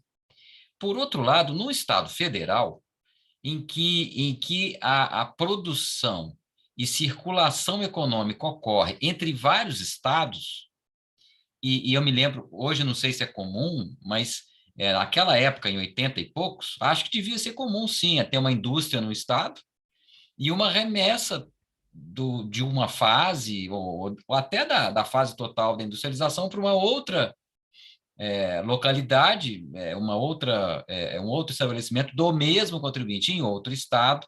Né? Eu acho que isso, eu não sei se isso era a regra, mas isso existia, não sei se ainda é comum.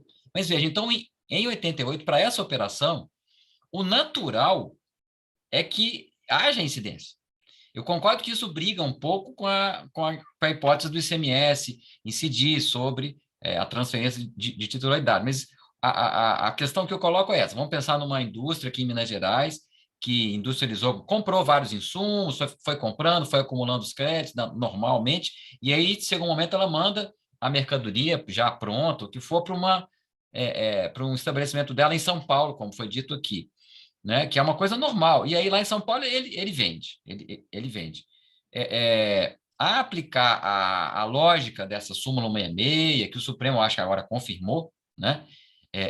Eu, em princípio, não vejo qual a outra hipótese que o Supremo poderia fazer, mas, enfim, a aplicar essa racionalidade econômica do ICMS, que é o Imposto sobre o Valor Agregado, o que nós vamos dizer? Que São Paulo, nesse exemplo, vai ficar com o imposto integralmente?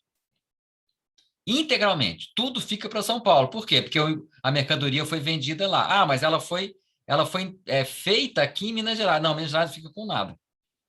É estranho, mas pela súmula 66, essa parece ser... O próprio Marcelo viu muita dificuldade em dizer que São Paulo está obrigado pelo sistema puro, digamos assim, a aceitar o crédito. Né? É muito mais fácil dizer, como o Marcelo disse, eu concordo, que Minas, nesse regime da súmula 66, está obrigada a manter o crédito, né? Ainda que isso seja artificial do ponto de vista econômico. O que eu quero dizer é, por um lado, eu tenho a Constituição, que se você analisar lá os termos, de acordo com a operação, eu vou manter a súmula 66, mas pelo ponto de vista do imposto ICMS economicamente, não faz muito sentido. E aí o que eu acho que aconteceu foi o seguinte: os contribuintes que, nas situações em que valia a pena para o contribuinte brigar, né, pela não incidência nessa mera transferência, ele brigou, como o Marcelo colocou, e ele ganhou.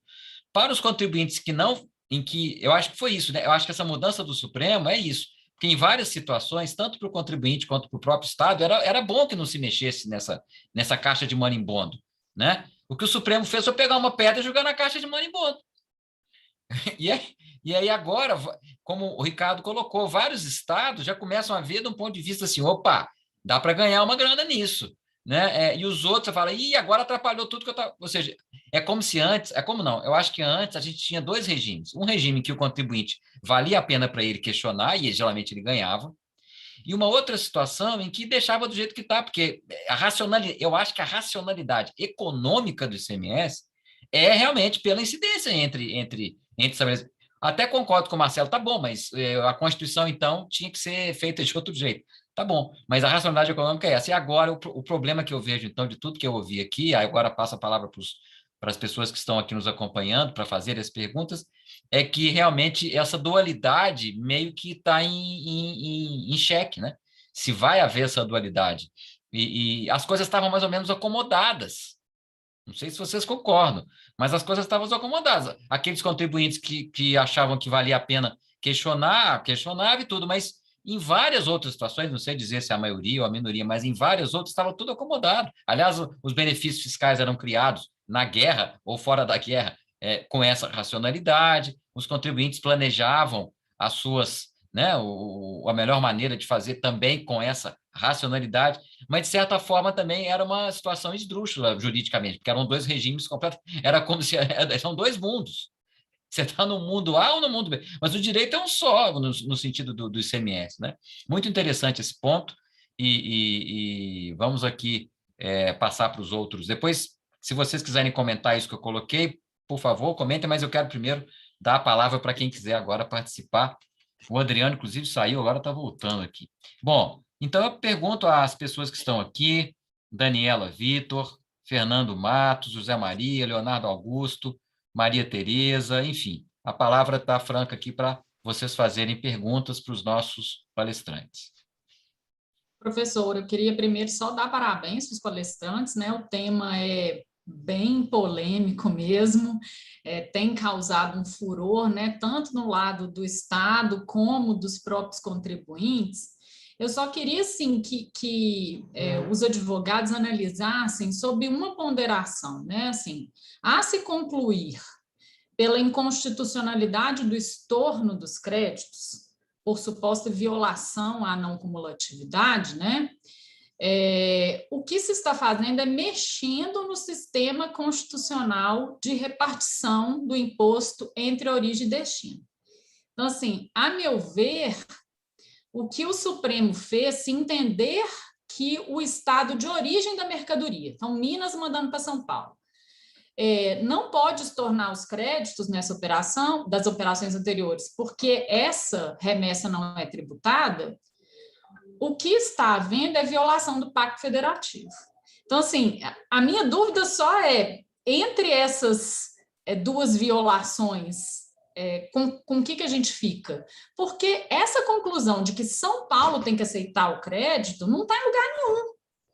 Não decorre de nada, nem da Constituição, nem da lei, e nem sei se a lei poderia falar isso, uma vez que a Constituição trata a não cumulatividade de operações anteriores, enfim, será que tem que ser as imediatamente anteriores? Até então era assim, né? Então é só essa ponderação que eu queria fazer, que eu acho que realmente essa decisão que vinha sendo utilizada pelos contribuintes para questionar talvez uma inadequação na base de cálculo, porque os contribuintes vinham recolhendo, pelo menos a maioria deles vinha recolhendo o imposto, às vezes havia divergência no quantitativo, né, por causa da determinação da base de cálculo, isso agora virou de cabeça para baixo, né? Enfim, é só essa ponderação, mas parabéns a todos aí, viu? Obrigado, professora Daniela. Eu prefiro ouvir outras pessoas, né, com considerações tão interessantes quanto as da professora Daniela, antes de passar a palavra para os palestrantes, para a gente ganhar aqui digamos assim, em eficiência. Então, já está aqui anotado, eu peço para os palestrantes, especialmente ela fez uma pergunta para a Luciana e o Marcelo, e vou perguntar se outras pessoas querem fazer mais perguntas. Temos aqui a Rita, o Rafael, Priscila, Paulo. Mais alguém gostaria de colocar alguma questão? Bom, aparentemente não, né? Bom, então eu vou voltar a palavra primeiro para o Marcelo e para a Luciana, porque a pergunta da Daniela foi mais para os dois, mas depois coloco a consideração inicial que eu fiz para todos vocês. Então, vamos começar aqui, já que a Luciana terminou, eu vou começar por ela agora, Luciana. Em relação à pergunta da Daniela, queria que você comentasse, depois vou passar para o Marcelo Risso. Ei, Daniela, tudo bem? Tudo jóia? Pois é, né? Para que o Rio Grande do Norte foi entrar com essa ADC, né? O Célio falou que, achei bom, fiquei feliz que entrei, mas, nossa, não estava bom do jeito que estava, né? Aqueles dois mundos, né? Realmente, na minha visão, esse desequilíbrio que é criado tem que ser consertado via alguma alteração legislativa, realmente. Seja alteração da lei complementar, seja algum ato do CONFAS, acho que deve ser difícil conseguir algo lá no CONFAS, pelo que o Ricardo falou, pelo interesse desses estados de destino, né? Mas talvez a PEC, não sei se seria necessário uma PEC, mas talvez a própria alteração da lei complementar, porque realmente cria esse desequilíbrio, né? O contribuinte, por outro lado, não pode ser penalizado pelo estorno do crédito, né? E há a base legal para sustentá-lo. Mas como fazer para consertar essa desarmonia, esse desequilíbrio? Não é possível que sejam necessárias outras ações judiciais, né? Acho que necessária aí uma alteração mesmo, como o Estado de Minas está buscando aí na legislação. Muito bem, obrigado pela resposta, professor Marcelo Risso.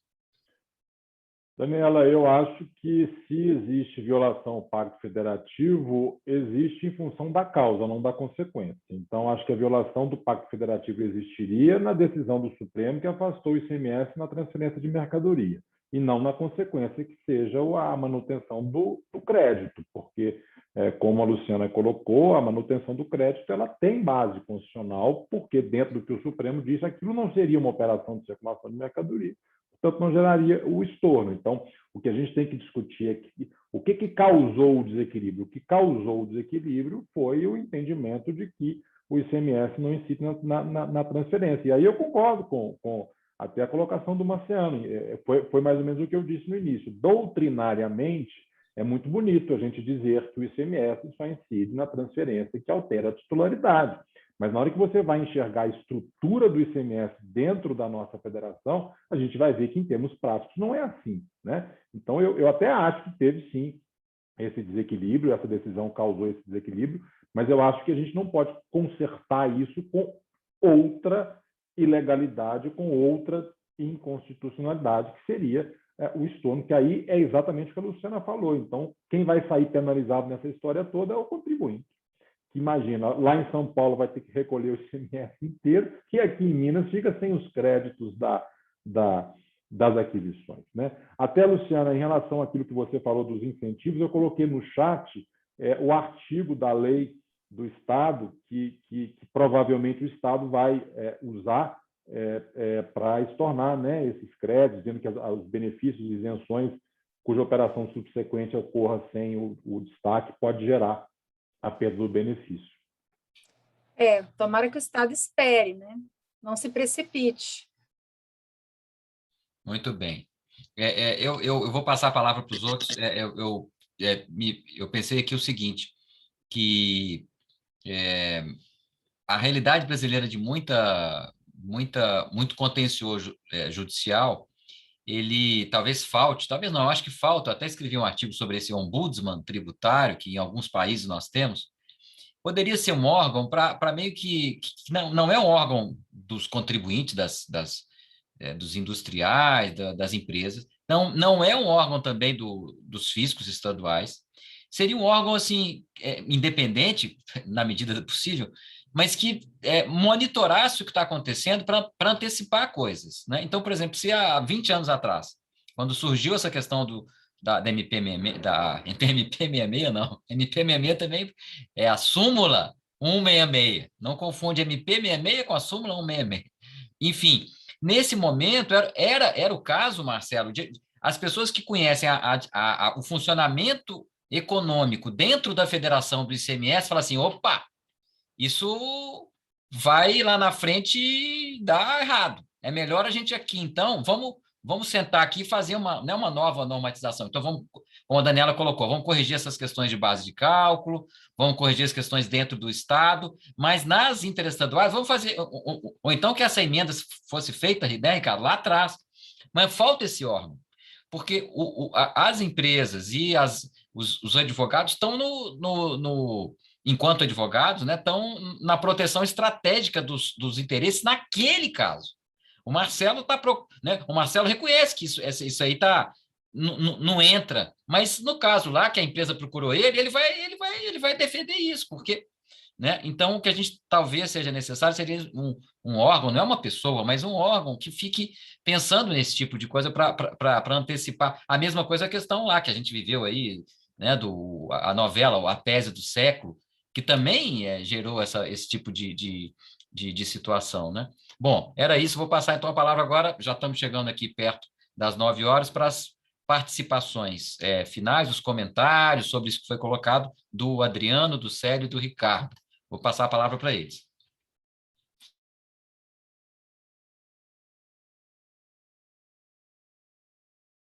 Bom, eu, professor, só tenho a agradecer a oportunidade de participar desse evento de altíssimo nível. Eu acho que saio daqui com uma bagagem expressiva de novas ideias para tratar desse tema, que é um tema relevantíssimo. Acho que teremos várias cenas ainda do próximo capítulo. Saio realmente muito feliz de ter podido participar, de ter podido aprender muito com os colegas aí e ter contato com novidades importantes. Acho que as novidades trazidas pelo Ricardo e são sensacionais. A fala experiente do meu colega Célio também já tinha me contribuído muito hoje de manhã com uma conversa que tive com ele, e ouvir Luciano e o Marcelo com a visão diferente daquela que nós temos ali como procuradores do Estado, para mim contribuiu demais. Então, eu não tenho maiores considerações a fazer e só agradecer mesmo. Acho que foi um evento sensacional que, para mim, me contribuiu muito. Muito obrigado. Estou à disposição. Obrigado, Adriano. Obrigado. Mais uma vez, eu agradeço também por ter sugerido a realização desse evento e contribuído aí nos convites.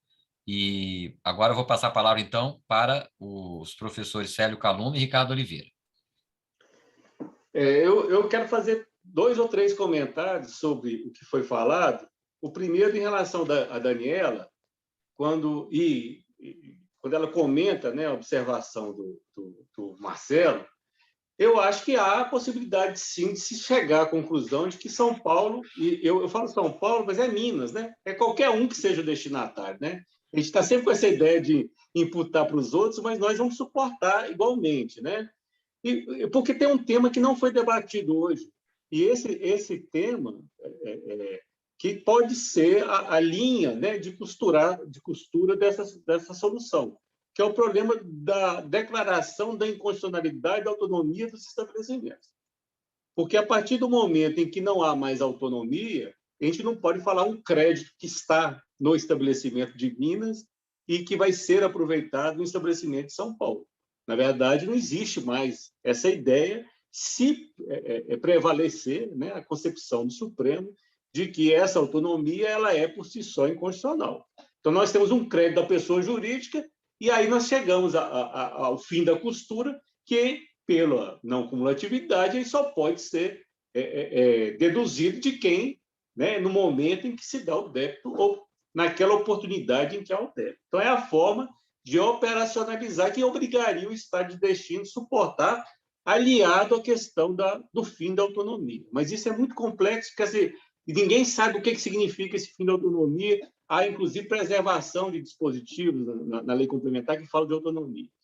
Uma segunda observação, só o professor Marciano e o Ricardo saberia dar 1000 exemplos disso, mas nós temos vários estabelecimentos que só operam com transferência. Tanto indústrias que dão saídas para centro de distribuição por causa de benefícios fiscais, esses centros de distribuição são criados, então ela não faz nada além do que isso, como temos casos também de centro de distribuição de estabelecimento comercial. A única coisa que ela faz é distribuir mercadoria para outros estabelecimentos do mesmo titular. Eu até dei um exemplo hoje para o Adriano, que sempre me vem isso à cabeça, né? Você pode, inclusive, quebrar alguns estados. Você pode, por exemplo, alguns estados, alguns municípios, mas também estados, né? Você pode pegar a Souza Cruz em Uberlândia e fazer transferência integral para Uberaba do cigarro dela.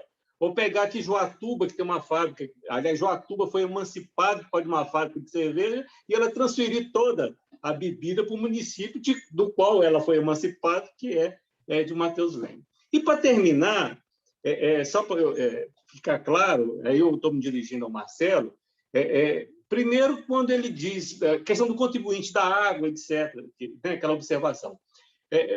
Primeiro que, assim, dentro da lógica atual, nós temos casos de contribuintes que não vão ser mais contribuintes. Então, quando o Marcelo diz assim, você está dando exemplo de não contribuintes. Não, eu acabei de citar um caso de um centro de distribuição que só vai fazer isso, ele é um não contribuinte, na verdade, né? Então, nós viveremos, talvez, uma realidade diferente. Segundo, que naqueles exemplos que eu dei, especialmente no caso do transporte, você pode ter uma transportadora cujo a situação dela é de 99,99% de prestação tributada pelo ICMS. Então, nesses exemplos da construção civil e do transporte, diferentemente da água, a gente pode tranquilamente pegar casos de muita concentração de atividade sujeito ao ICMS. Construção civil, tudo que é produzido fora do canteiro de obra. Exemplo, né? A parte toda de estrutura metálica. Você pode ter uma empresa de construção civil que ela é contribuinte só de ICMS, não tem ISS em relação ao que ela produz fora do canteiro de obras. Então, aqueles 2 exemplos que eu dei, eu vou só fazer essa observação. E um último detalhe, a questão também que o Marcelo está muito tranquilo em relação ao comodato. O comodato é um pouco diferente, porque, primeiro, que não envolve estabelecimento do titular. Envolve um terceiro e aquele bem não sai da propriedade do proprietário, né? Ele é só transferido à posse. E o que, na verdade, eu acho que é o condutor da manutenção do crédito comodato, eu acho que se justifica por isso, é porque ele é um ativo imobilizado. E o ativo imobilizado dá crédito para exatamente aquela pessoa que permanece na atividade dela, o ativo, e é empregado na geração de receita. Então, nesses casos eu vou dar um exemplo do celular, né? O celular pode ser dado em comodato, mas aquele bem que é do ativo da empresa, então preenche o requisito inicial de ser de bem do ativo, ele pode estar gerando ICMS na prestadora de serviço de comunicação. Quer dizer, ela faz esse comodato para gerar tributação pelo ICMS. Então, a não cumulatividade estaria se justificando pela incidência e não pela não incidência. Quer dizer, o argumento não é de que não incide, o argumento do Estado né? Mas para manutenção do crédito, no caso do comodato, é que aquele bem do ativo gera um débito de ICMS. Qual o débito de ICMS? Na atividade fim de prestação de serviço de comunicação, e aquele bem cedido em comodato é só um meio de atingir exatamente o fim empresarial que é tributado pelo ICMS. Finalmente, eu queria agradecer, viu, Marcelo? Gostei demais. Essa aí ficou quase uma conversa de amigo, né? É uma pena que nem todos são atleticanos, né? Não vão ter agora a felicidade de ver o jogo do Galo, né? E os atleticanos vão passar um apertinho também, né? Infelizmente. Um abraço para vocês. Tá certo, Célio. Grande abraço. Eu vou passar para o Ricardo e aproveitar que foram colocadas aqui algumas questões no chat, então, de repente, o Ricardo pode dar alguma palhinha sobre isso.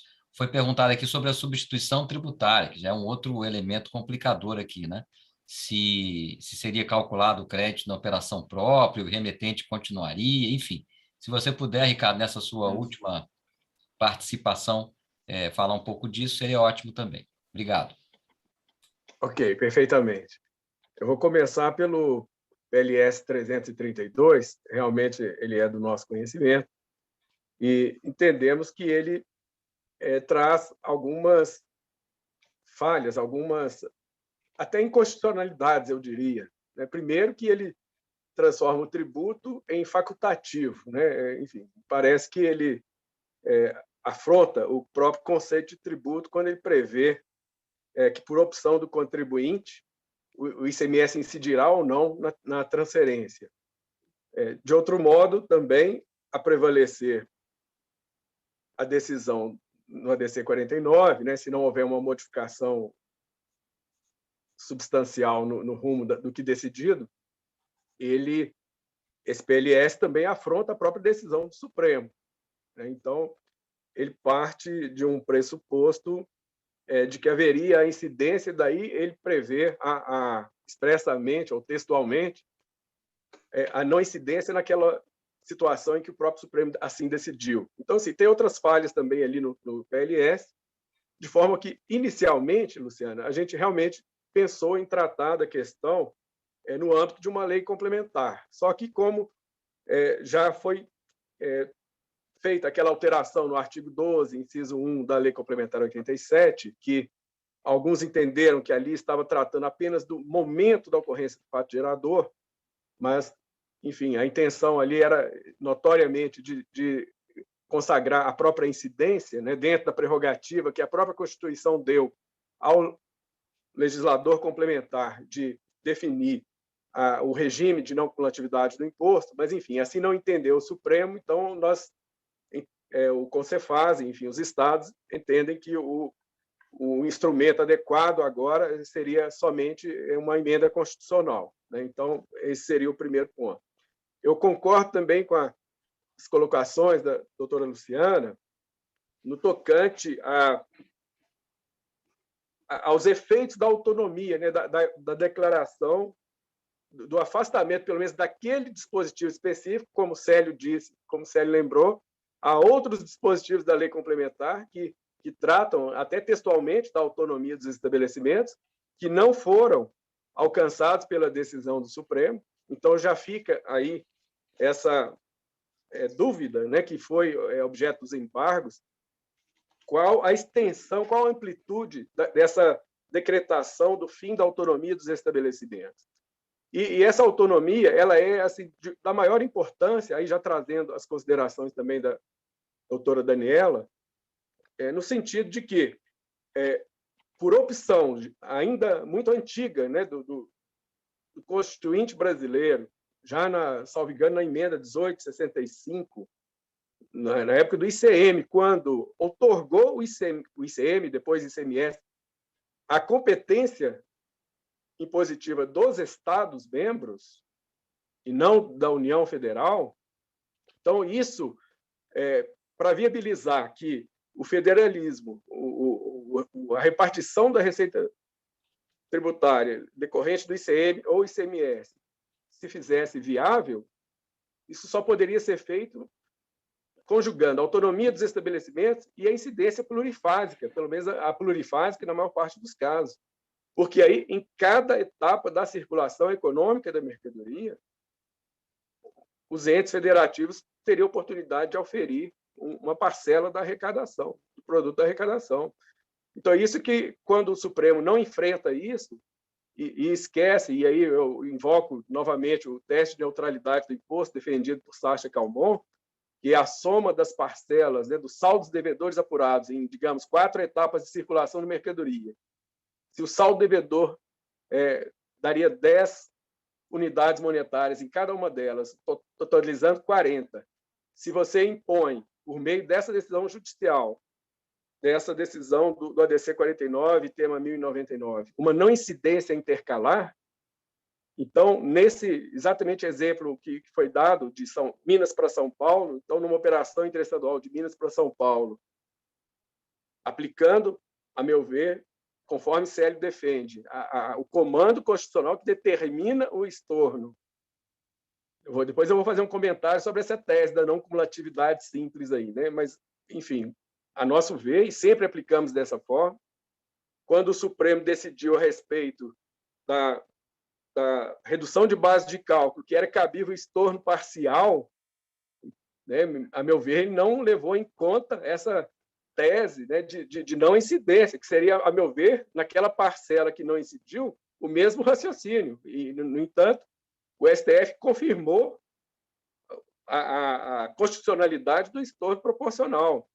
Recentemente, inclusive, o Célio foi citado pelo Gilmar Mendes no tema 490, reconheceu-se que o direito ao crédito é só referente àquilo que houve cobrança, houve efetiva incidência e recolhimento de tributo da etapa anterior.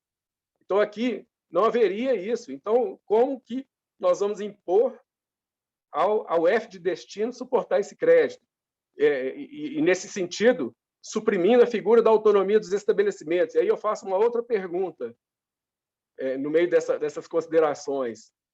Se o estabelecimento é único, tanto para o F de origem quanto para o F de destino, a UF de destino estaria, por esse mecanismo, por essa decisão, autorizada a transpor o artigo 102 do CTN, que trata da extraterritorialidade. Ele poderia ir lá e auditar os créditos da origem para ver se aquele crédito que o estabelecimento na UF de destino vai pretender compensar contra o débito no destino. Ele vai poder investigar a legitimidade daquele crédito lá na UF da origem por conta de ter se quebrado a autonomia dos estabelecimentos. Então, assim, eu acho que fica de uma complexidade tamanha, assim, e acho que fica até absurda essa hipótese, né? Então, a gente vê que essa decisão, a gente verifica que essa decisão ela irradia outros efeitos mais complexos. E ainda sobre alguns comentários aí da doutora Luciana sobre benefícios fiscais, como ficam nessas duas propostas de convênio, aliás, nas três variáveis, né? Porque, na verdade, é uma que tem duas situações e a outra, que seria do benefício fiscal. Em todas elas, a proposta é no sentido de preservar o que existe de benefícios fiscais em operações interestaduais. Seria, então, uma tentativa de preservação dela. Quanto à substituição tributária, no nosso entendimento, não há crédito de operação própria a ser deduzido, é zero.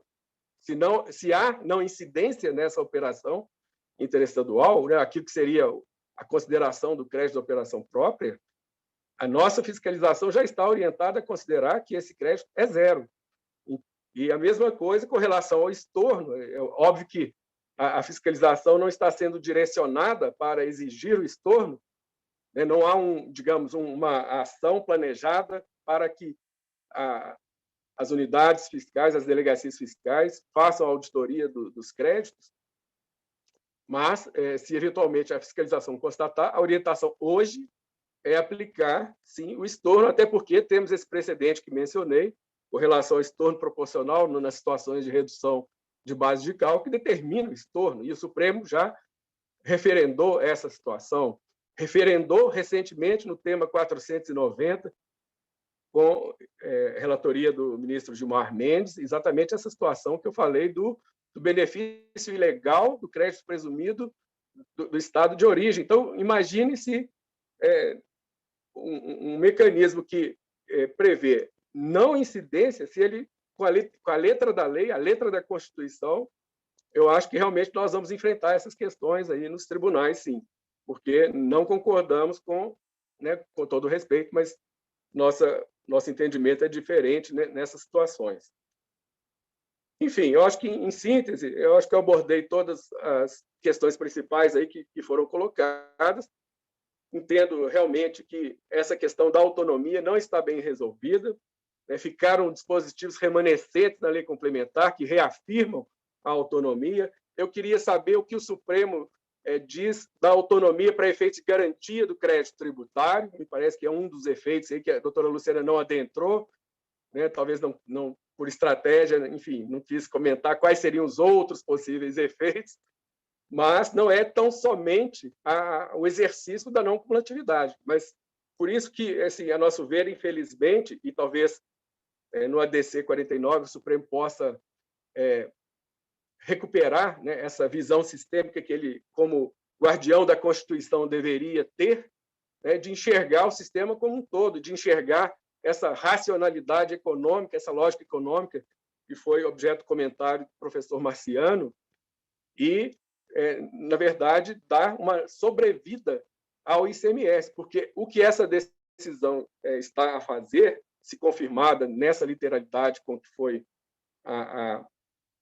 enfim, o que foi divulgado, ela tem a característica de fulminar o ICMS, com tudo aquilo que ele traz no seu bojo. Então, Lei Complementar 160, que trouxe uma pacificação em relação à guerra fiscal, ela retorna novamente, né? Os contribuintes já vão, obviamente, conforme o estado de destino, organizar os seus negócios, abrir filiais no outro estado e possivelmente negociar um débito em menor monta, que não o débito integral sobre zero de crédito, porque, a meu ver, a possibilidade de um estabelecimento na apuração do débito perante a UF de destino, apropriar-se do crédito da UF de origem, eu acho absolutamente inconcebível. E, de outro modo, também fica patente a evidente injustiça perante o estado de origem, que vai, então, suportar a totalidade desse crédito e o débito desse mesmo contribuinte, a agregação de valor, no exemplo que o Célio deu aí do centro de distribuição, vai ser feita integralmente perante o estabelecimento da UF de destino.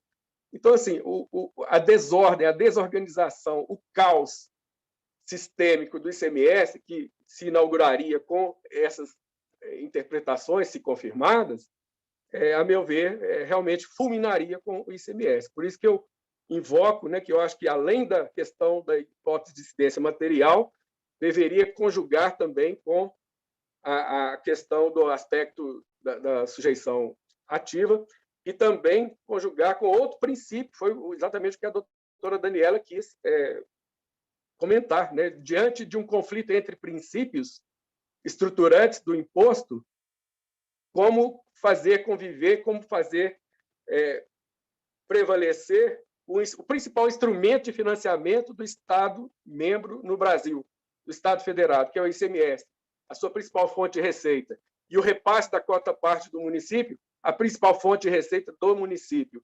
Então, se isso não for sensível ao Supremo, eu acho que realmente estará instaurado o caos. Só restará, então, que a modulação de efeitos assegure um tempo, como na questão do DIFAL, para que, nesse interregno, se aprove uma PEC para corrigir, então, essas distorções aí que foram evidenciadas na decisão do Supremo. Muito obrigado, acho que já até me estendi e agradeço muito a participação, mas, enfim, espero também ter esclarecido alguns pontos aí que nós, como administração tributária, estamos aí prestes a decidir ou a convencer os nossos pares que decidam num sentido convergente e racional de manutenção do sistema do ICMS. Obrigado. Muito obrigado, Ricardo. Essa sua intervenção final foi muito boa. Acho que muitas coisas foram colocadas aí numa outra ótica e completou muito bem tudo que a gente tinha exposto e comentado antes. Quero agradecer também as pessoas que participaram aqui, mandaram perguntas, o Rafael, o Fernando Matos, o Leonardo Augusto, enfim, também a Rita.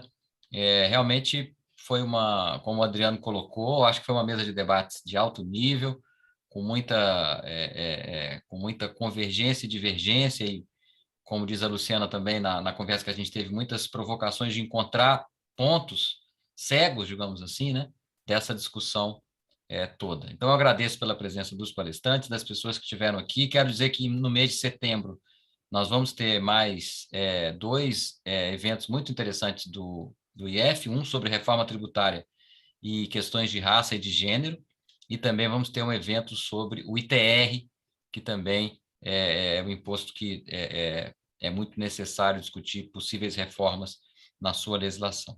Então, boa noite a todos, espero que tenham aí um descanso e que rapidamente nós possamos nos encontrar em eventos presenciais do IF, como nos velhos tempos. Muito obrigado, boa noite a todos. Obrigada, pessoal. Boa noite. Boa noite. Obrigada. Obrigado. Tchau. Obrigado, um abraço. Obrigado.